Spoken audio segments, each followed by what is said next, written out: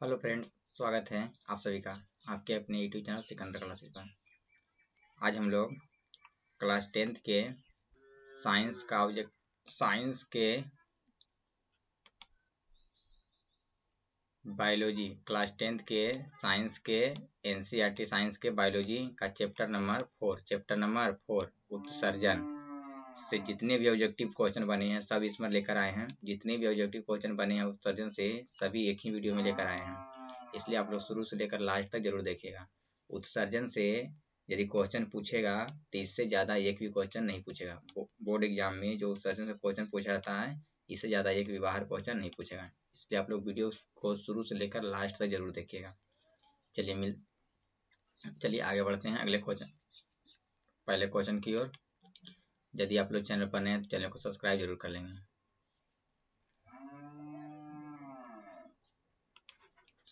निम्नलिखित में कौन अमीनो अम्ल के विखंडन से बनता है? कौन जो है अमीनो अम्ल के विखंडन मतलब टूटता है तो बनता है। निम्नलिखित में कौन जो है अमीनो अम्ल जब टूटता है तो बन जाता है। ये भी एग्जाम में पूछा हुआ है। चलिए अब कोशिश कीजिएगा पहले आप लोग बताने का, उसके बाद फिर हम बताएंगे। चलिए तो कौन हो जाएगा? NH3 क्या हो जाएगा? NH3। चलिए आगे बढ़ते हैं अगला क्वेश्चन की ओर। रेजिन किस पौधे का उत्सर्जी पदार्थ है? रेजिन जो है वह किस पौधे का उत्सर्जी पदार्थ है? ये भी काफी एग्जाम के लिए काफी महत्वपूर्ण है, पूछा हुआ एक दो बार है। चलिए जल्दी से बता दीजिए, रेजिन जो है किस पौधे का उत्सर्जी पदार्थ है? किसका है?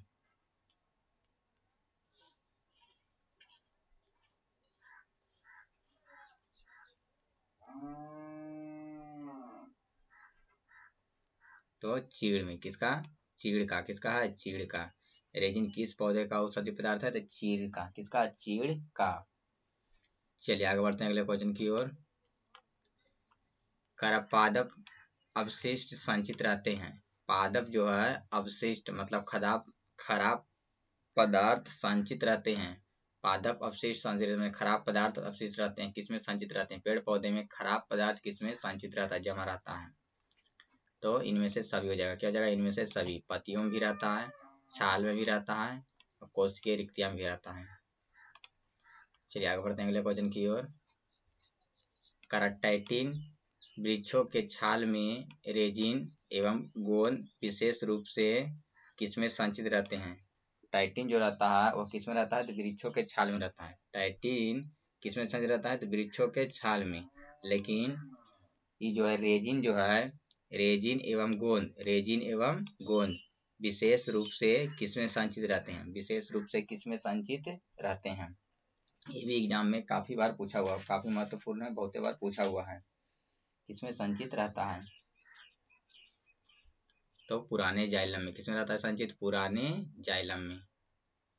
चलिए आगे बढ़ते हैं अगले क्वेश्चन की ओर। मनुष्य में वृक्क एक तंत्र का भाग संबंधित है। मनुष्य में वृक्क एक तंत्र का भाग संबंधित है, यानी किसका है? एग्जाम के लिए काफी महत्वपूर्ण है, बहुत बार पूछा हुआ है कि मनुष्य में वृक्क एक तंत्र का भाग संबंधित, यानी कौन सा किस तंत्र से भाग से संबंधित है? तो उत्सर्जन से। किसे है? उत्सर्जन से। चलिए आगे बढ़ते हैं अगले क्वेश्चन की ओर। वृक्क की रचनात्मक और क्रियात्मक इकाई किसे कहते हैं? वृक्क की रचनात्मक एवं क्रियात्मक इकाई किसे कहते हैं? वृक्क की रचनात्मक और क्रियात्मक इकाई किसे कहते हैं? चलिए जल्दी से बता दीजिए किसको कहते हैं? तो नेफ्रॉन को। किसको कहते हैं? नेफ्रॉन को, या इसे बोलते हैं वृक्क नलिकाएं। वृक्क नलिकाएं। चलिए आगे बढ़ते हैं अगले क्वेश्चन की ओर। प्रोटीन तथा अमीनो अम्ल के विखंडन के फलस्वरूप निर्माण होता है। प्रोटीन और अमीनो अम्ल जब टूटता है तो क्या क्या बनता है? किसका किसका निर्माण होता है? तो अमोनिया बनता है, यूरिया बनता है, यूरिक अम्ल बनता है कि इनमें सभी बनता है? तो इनमें से सभी बनता है। क्या बनता है? इनमें से सभी। चलिए आगे बढ़ते हैं अगले क्वेश्चन की ओर।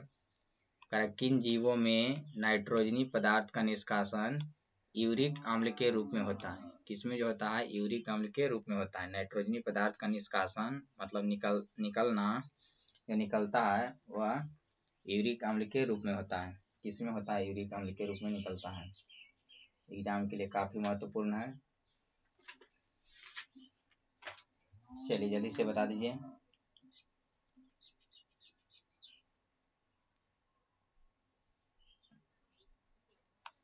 किसमें हो जाएगा?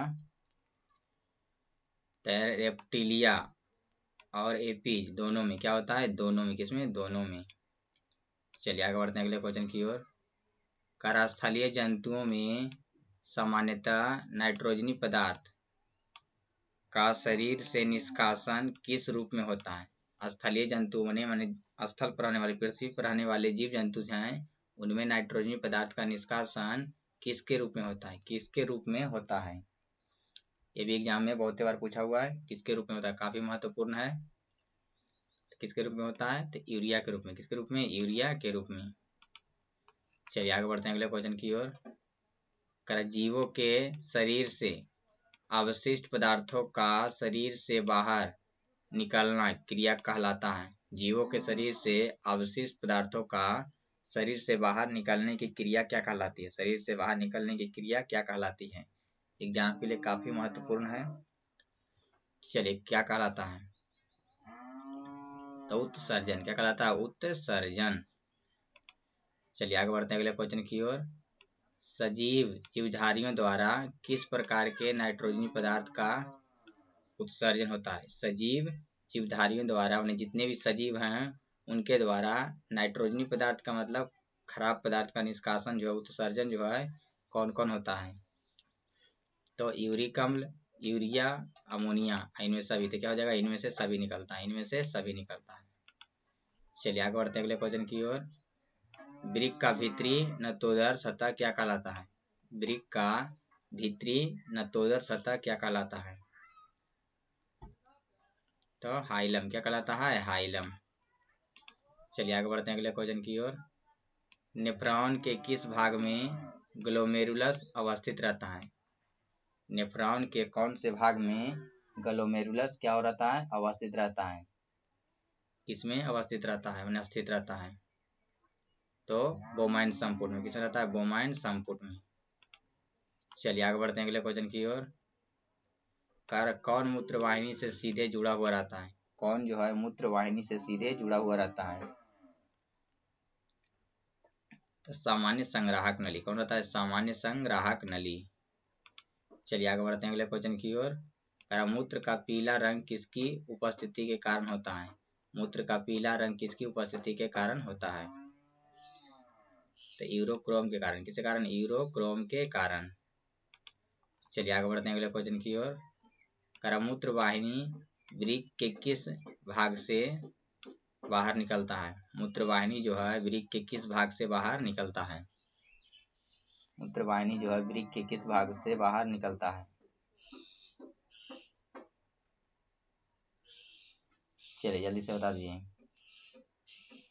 तो मूत्र मार्ग से। किसे? सॉरी, हाइलम से। किसे निकलता है? हाइलम से। किसे निकलता है? हाइलम से। चलिए आगे बढ़ते हैं अगले क्वेश्चन की ओर। मानव उत्सर्जन तंत्र का कौन सा भाग शरीर से सीधे बाहर खुलता है? मानव उत्सर्जन तंत्र का कौन सा भाग जो है शरीर से सीधे बाहर खुलता है? शरीर से सीधे बाहर खुलता है। शरीर से सीधे बाहर खुलता है। तो मूत्र मार्ग। कौन खुलता है? मूत्र मार्ग। चलिए आगे बढ़ते हैं अगले क्वेश्चन की ओर। वृक्क बाहर से संयोजी उत्तक तथा आरेखित पेशीय से घिरा होता है, क्या कहलाता है? वृक्क जो होता है बाहर से संयोजी उत्तक तथा आरेखित पेशियों से घिरा होता है, क्या कहलाता है? क्या कहलाता है? तो कैप्सूल। क्या कहलाता है? कैप्सूल। चलिए आगे बढ़ते हैं अगले क्वेश्चन की ओर। प्रत्येक मानव वृक्क में नेफ्रॉन की संख्या कितनी होती है? प्रत्येक मानव वृक्क में नेफ्रॉनों की संख्या कितनी होती है? तो लगभग कितना होता है? 10 लाख। लगभग कितना होता है? 10 लाख। लगभग कितना होता है? 10 लाख। चलिए आगे बढ़ते हैं अगले क्वेश्चन की ओर। कौन मानव मूत्र में उपस्थित नहीं होते हैं? कौन जो होता है मानव मूत्र में उपस्थित नहीं होता है?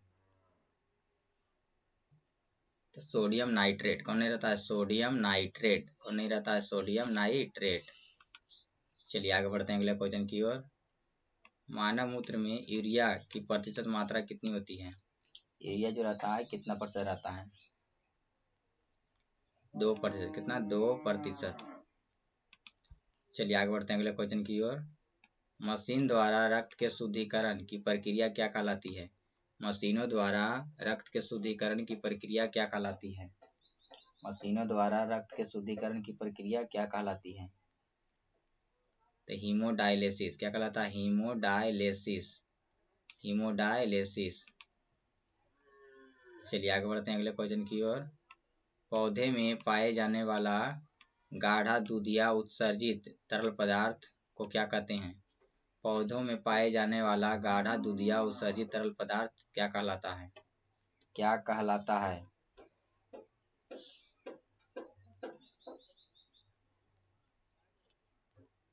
तो लैक्टिक्स। क्या कहलाता है? लैटेक्स। लैटेक्स। क्या कहलाता है? लैटेक्स।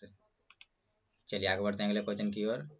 लैटेक्स सामान्यतः कहाँ पाया जाता है? लैटेक्स जो रहता है वह सामान्यतः कहाँ पाया जाता है?